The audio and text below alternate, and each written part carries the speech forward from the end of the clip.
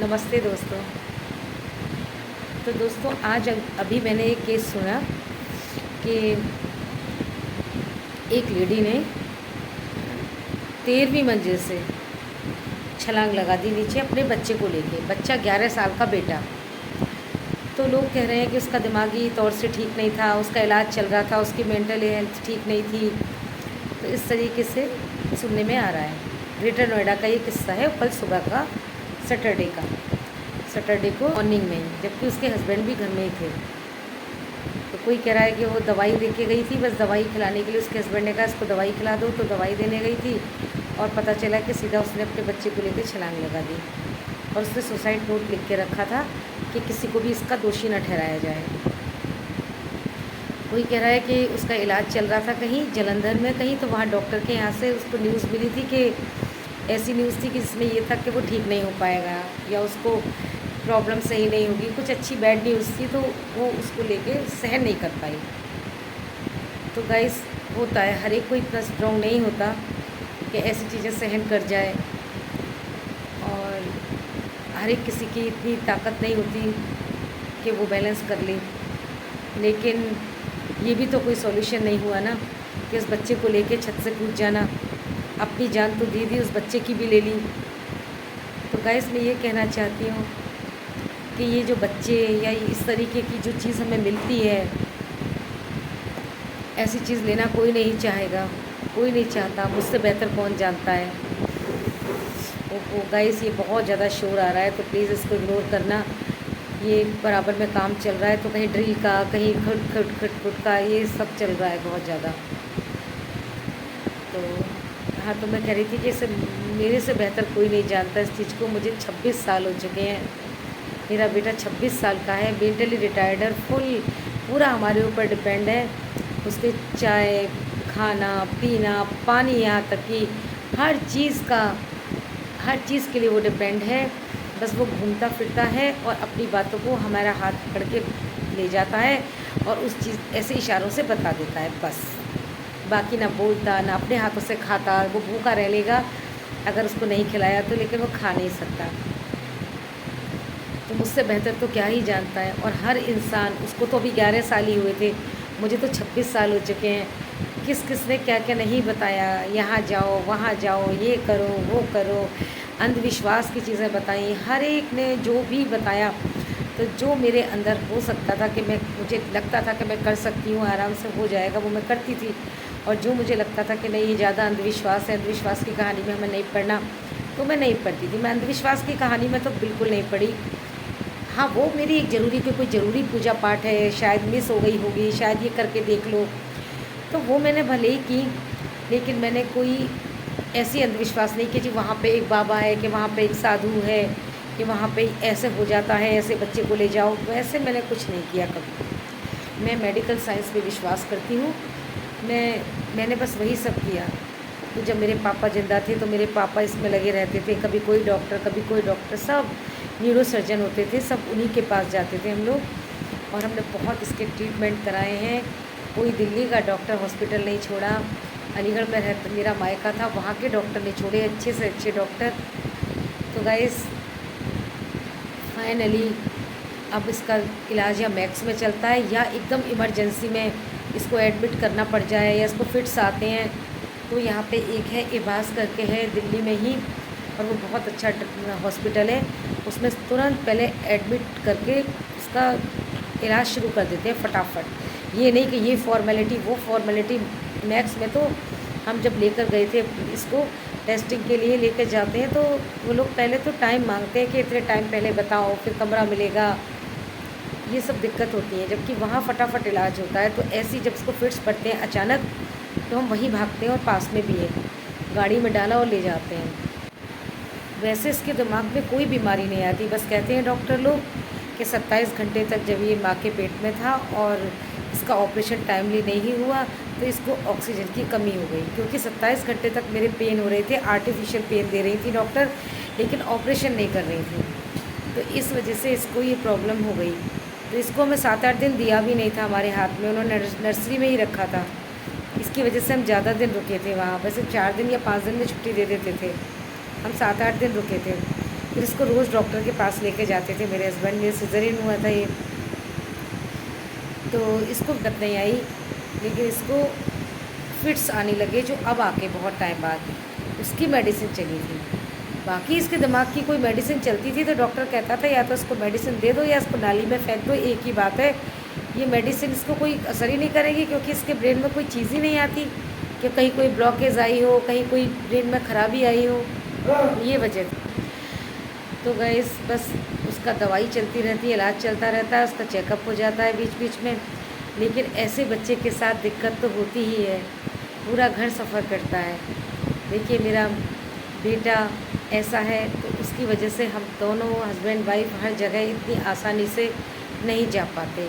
हमको अचानक अगर कहीं जाना हो, किसी के दुख में भी किसी के सुख में भी, तो हम एकदम से नहीं जा पाते सब इकट्ठे होके।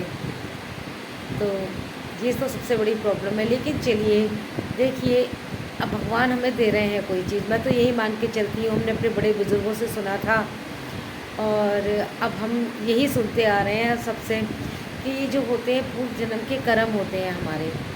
अब ये पूर्व जन्म के कर्म में पता नहीं इसने ऐसे कौन से कर्म किए होंगे, ऐसे कौन से कर्म इसने ख़राब कर दिए होंगे जिस कर्म की वजह से उसको ऐसा जीवन मिला।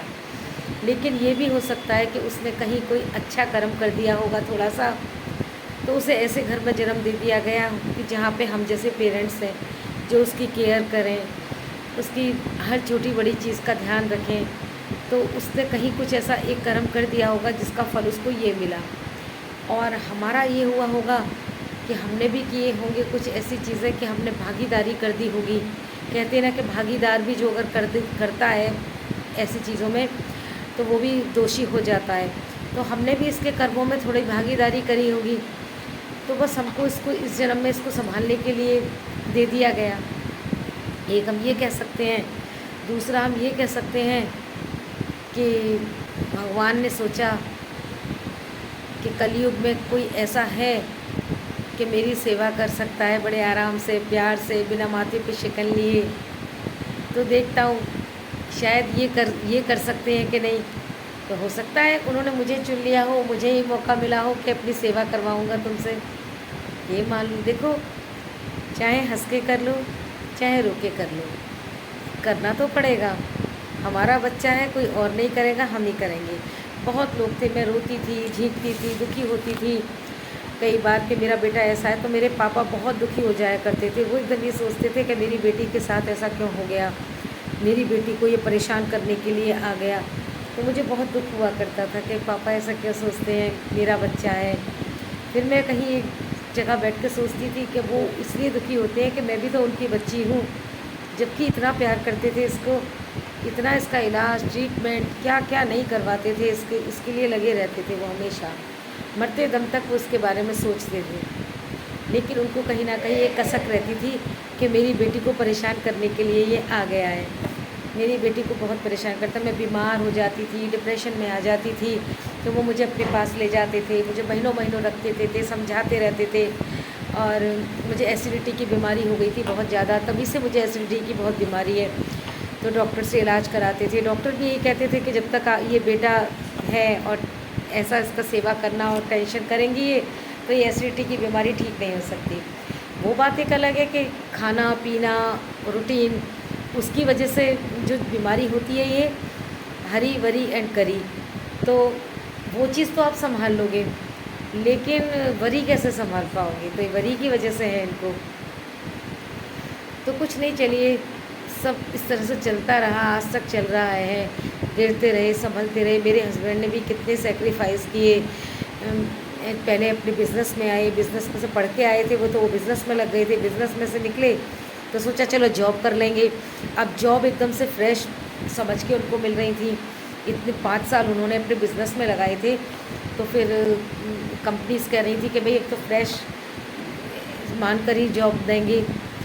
तो सोचा चलो ये भी ठीक है, कोई बात नहीं है। लेकिन कोई कलकत्ता भेज रहा था, कोई चेन्नई भेज रहा था। कलकत्ता में तो बहुत बुलाया गया था, लेकिन इसी की वजह से सब सेक्रीफाइस किए कि नहीं, यहाँ कम की मिल रही है तो कर लेंगे, हम अपना कोई काम कर लेंगे। तो हमने इलेक्ट्रिकल का शॉप खोला था, बहुत बड़ा बड़ा अप्लायंसेस रखे थे, गीज़र से लेके सब कुछ था हमारे पास, ओवन और माइक्रोवेव और हर तरीके के पंखे और हर चीज़ थी हमारे पास। तो लेकिन क्या कर सकते हैं, 5 साल तक उसमें बैठ के हमने देखा। उनको जॉब का ऑफ़र आया कहीं से, बस इन्होंने वो जॉब ले लिया और फिर हमने जॉब किया। लेकिन इसकी वजह से हमने सब सेक्रीफाइस किया, क्योंकि इसके दिल्ली में चल रहे थे इलाज और मैं रहती थी आए दिन बीमार। तो बस इन्होंने कहा कि नहीं, दिल्ली से अलग मुझे कहीं नहीं जाना और यहाँ से मुझे कहीं शिफ्ट नहीं होना। तभी हमने नया नया फ्लैट लिया था, तो इन्होंने कहा नहीं, मुझे कहीं नहीं जाना, इसी फ्लैट में यहीं रहना है। और फिर उसके बाद में खुशी हो गई थी। कभी कभी लाइफ में अपने बच्चों के लिए सेक्रीफाइस करना पड़ता है, और ये तो हमारे पूर्व जन्म के जो हैं कर्म, उनको झेलना पड़ता है। क्योंकि इस जन्म में तो 23-24 साल की उम्र में मैं भी नहीं थी कि बुरे कर्म किए हों, ना मेरे हस्बैंड थे कि बुरे कर्म किए हों। तो उसका फल इतनी जल्दी मिल गया 9 महीने के अंदर शादी के बाद, कि हमने इतनी जल्दी बुरे कर्म भी कर लिए और उसका फल भी मिल गया।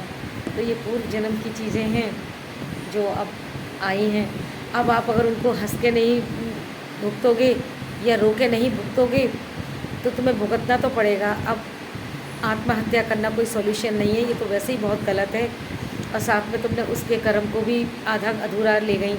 जैसे भगवान उनकी आत्मा को शांति दे, और उनके कर्मों को बस यहीं तक थे, बहुत दुख झेले उन्होंने, और वो अपने कर्मों के साथ क्या क्या गुजरी होगी, मैं जानती हूँ क्या क्या गुजरी होगी उन पर। लेकिन फिर भी थोड़ा साहस, थोड़ी हिम्मत रखनी चाहिए, क्योंकि गाइस अगर एक बच्चा ऐसा होता है तो सेक्रीफाइस तो पूरे घर को करना पड़ता है। ना कोई इकट्ठा जा सकता कहीं, ना इकट्ठा कोई भी काम ऐसे नहीं कर सकता कि बस। लेकिन फिर भी अब मैं हूँ, मुझे पता है, मैं 27-26 साल से ये सब कुछ झेल रही हूँ। लेकिन जब दूसरा बच्चा मेरे पास आया तो मैंने सोचा कि अरे इसको तो सब कुछ करवाना है ना, इसके लिए तो वैसे जीना है, इसके लिए तो जीते रहना है, लेकिन इसके लिए जीना है किस लिए? क्योंकि उसको हम दुनिया में लाए हैं, वो आई है दुनिया में, तो उसको भी तो सुख मिलना चाहिए ना अपने माता पिता का। भाई का सुख तो नहीं मिला, उसने कहीं होती है, वो मिस करती है अपने भाई को। तो मैं भी मिस करती हूँ कई बार कि, तो मुझे बहुत दर्द होता है अगर किसी के बेटे के बारे में सुनती हूँ, किसी के बेटे के बारे में कुछ ऐसा सुनती हूँ कि उसने ऐसा कर लिया, वैसा, दिल भर आता है, बहुत दुख होता है। तो मुझे बहुत प्यारे लगते हैं सभी बच्चे, इसलिए तो सभी बच्चों को अपना बेटा समझती हूँ। बेटियाँ तो हैं ही बेटी, लेकिन मैं बेटों को भी बेटा ही समझती हूँ। अब जब नए नए आए थे हम यहाँ, पूरा शोरूम बनाया था, इतना पैसा लगाया था, फिर उस सब सामान को जब देखा कि चलो जो जॉब मिल रही है पकड़ लो, HCL में मिली, पकड़ ली, और उसके बाद में सारा सामान सेल कर दिया हमने, सब कुछ जो जितने में आया था उतने में ही। कुछ चीज़ें अपने घर में रखी, कुछ चीज़ें गिफ्ट करी, कुछ चीज़ें हमने सेल कर दी। तो गाइस इस तरीके से हम लोगों को बिज़नेस में भी बहुत लॉस हुआ काफ़ी, लेकिन फिर चलो एक स्मूथ लाइफ चलती रही। तो लेकिन गाइस हमने कभी भी अपने दूसरे बच्चे को, खुशी को कभी एहसास नहीं होने दिया। हमने पहले ही सोच लिया था हमारा दुख है, अपने अंदर रखेंगे, कोई हमारा लगेगा हमें कि जिससे हम बांट सकते हैं अपने दुख को, उसके साथ बांटेंगे। लेकिन अभी हमारा बच्चा इतना बड़ा नहीं हुआ है कि हम इसके साथ इसके दुख को बांटेंगे। वो कहती थी मम्मी ये कैसे करता है, मम्मी ये कैसे गंदा बच्चा है, ये अपने हाथ से नहीं खाता है। जब वो समझदार हो गई थी तो वो ये सब करती थी, सवाल जवाब। तो हम कह देते थे हाँ ये छोटा है, ये छोटा है, तो वो उसको ये फील होने लगा कि ये छोटा है, मैं बड़ी हूँ। तो हमने उसको जिस तरीके की परवरिश दी ना, तो बस उसके दिमाग में एक चीज़ रखी हमने कि ये छोटा है, ये छोटा है। यहाँ तक कि उससे छोटे बच्चे कभी घर में आ जाते थे और वो सब कुछ करते थे, और पड़ोस में थे 1-2 बच्चे, तो वो कहते थे कि ये ऐसे कर रहा है तेरा भाई, तो कहती थी वो छोटा है। उनसे भी, छोटे छोटे बच्चों से भी वो ये कहती थी वो छोटा है। वो बच्चे भी ऐसे देखने लगते थे कि वो भी छोटे ही होते थे, तो जो वो कह रही है कि ठीक है। तो इस तरीके से हमने उसकी परवरिश की, कभी उसको महसूस नहीं होने दिया कि इसके भाई में कोई कमी है। हमने कहा जब बड़ी हो जाएगी तो वो धीरे धीरे खुद समझ जाएगी तो अभी हमें उससे कुछ नहीं कहना।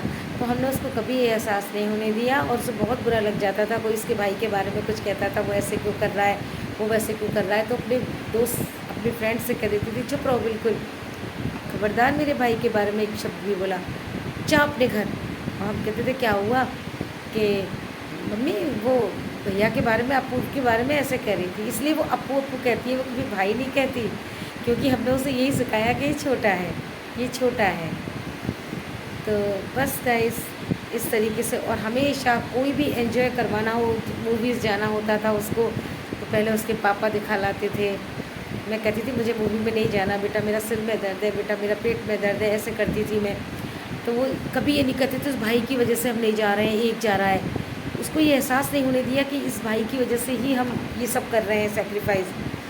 बेटा मेरी तबीयत ठीक नहीं है। तो वो ये भी नहीं समझ पाती थी कि चलो मम्मी, अगर तबीयत मम्मी की ठीक होती और मम्मी जाती तो फिर कैसे जाती, इसको ले जाती। बच्चा था, उसके दिमाग में बात नहीं आती थी। कहती थी अच्छा मम्मी, अपने पापा के साथ मूवी देख के आती थी जब छोटी थी। लेकिन अब वो बड़ी हो गई है, अब वो समझदार हो गई है, अब सारा किताब उसके सामने खुल चुकी है। तो अब वो कहती है मम्मा पापा रहेंगे घर पे, मैं आपके साथ जाऊँगी। मैं बहुत बार कहती हूँ, सच में कहती हूँ मैं बहुत बार, कि मेरे सिर में दर्द हो रहा है बेटा, मेरी कमर में भी दर्द है। तो कहती है नहीं जाऊँगी मैं भी, कोई बात नहीं है, पहले आप ठीक हो जाओगी जब जाऊँगी, लेकिन पापा के साथ तो मैं नहीं जाऊँगी। उसके पापा कहते हैं मुझे नहीं जाना मूवी वूवी, मैं मुझे एक छुट्टी मिलती है, मुझे घर में रहना है, तुम दोनों जाओ। तो बस हम लोग ऐसे, जहाँ हम लोगों को जाना होता है इकट्ठे चले जाते हैं, मैनेज करते हैं उसको कैरी करते हैं। बहुत जगह हम उसको लेके जाते हैं, हिल स्टेशन पे, कहीं पे भी हम कहीं घूमने गए हैं तो उसको लेके गए। लेकिन कुछ जगह ऐसी है जहाँ बिल्कुल नहीं ले जा सकते तो नहीं लेके जाते। शादी ब्याह में भी ले जाते हैं, जितना हमसे होता है हम उसको अपने साथ रखते हैं, कुछ देर गाड़ी में रखते हैं, कुछ देर अपने साथ रखते हैं। लेकिन जहाँ नहीं ले जा सकते कि थोड़ी बहुत देर में आ रहे हैं, तो पड़ोसियों से बोल गए, वॉचमैन से बोल गए, और फ़ोन कर लिया उनको कि हमारे बच्चे को ज़रा देख लो ताला खोल के। इस तरह से मतलब हो जाता था हमारा। जो हमारे घर में काम वाली बाई काम करती थी, तो उनको चाबी दे के कहते थे भाई तो शाम तक रुक जाइए, उनको एक्स्ट्रा रुपये देते थे कि 100 रुपीज़ पकड़ा दिए, तो 100 रुपीज़ के लिए तो बैठ जाती थी कि 2 घंटे में आ रहे हैं हम। तो ये सब हम लोगों ने बहुत सेक्रीफाइस किए, और अब वो इतना बड़ा हो गया है दोनों बहन भाई कि वो हमेशा हर जगह जाने के लिए तैयार नहीं होती है, तो आराम से रह जाते हैं। हम लोगों को मार्केट जाना हो, कहीं जाना हो, दोनों बहन भाई घर में होते हैं। तो इस तरीके से गाइस करना पड़ता है मैनेज। तो उसने कभी नहीं ऐसा देखा कि उसकी वजह से कोई चीज़ उसके साथ गलत हुई है या रुकी है। जहाँ जहाँ जब जब उसको हमारी ज़रूरत हुई है, हम उसके हमेशा साथ हुए हैं। कहीं भी जाना है, आना है, कुछ भी करना है, हम किसी भी तरह मैनेज करते हैं, लेकिन हम हर जगह उसके साथ होते हैं, हर तरीके से। हमने कभी ये नहीं दिखाया कि हमारा बच्चा ऐसा है तो तुम्हारे साथ ऐसा नहीं हो पाएगा, कभी भी नहीं। इसलिए वो खुश रहती है, मस्त रहती है, उसको कभी इस चीज़ की तो टेंशन दिक्कत होती ही नहीं है कि मेरे घर में कोई ऐसी चीज़ है जिसकी वजह से मेरे साथ कुछ ऐसा हुआ है कि मैं वो लाइफ नहीं जी पाई।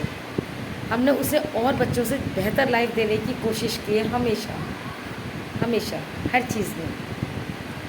तो इस चीज़ की शिकायत तो उसको कभी नहीं रही है उसे। तो बच्चे तो अपने आप कितने भी थके, कितने भी परेशान, कितने भी बीमार, कितने भी कुछ हो, लेकिन ऐसे बच्चों के लिए तो आपको उठना ही पड़ेगा। मेरी सेवा भले ही तबीयत ख़राब में कितनी भी कर हो जाती है, मेरी बेटी खूब करती है, मेरे हस्बैंड करते हैं, लेकिन उसको करने के लिए मुझे उठना ही पड़ता है, क्योंकि वो जिद पे अड़ जाता है कि मुझे इससे ही खाना है, इससे ही करवाना है, तो मुझे करना पड़ता है।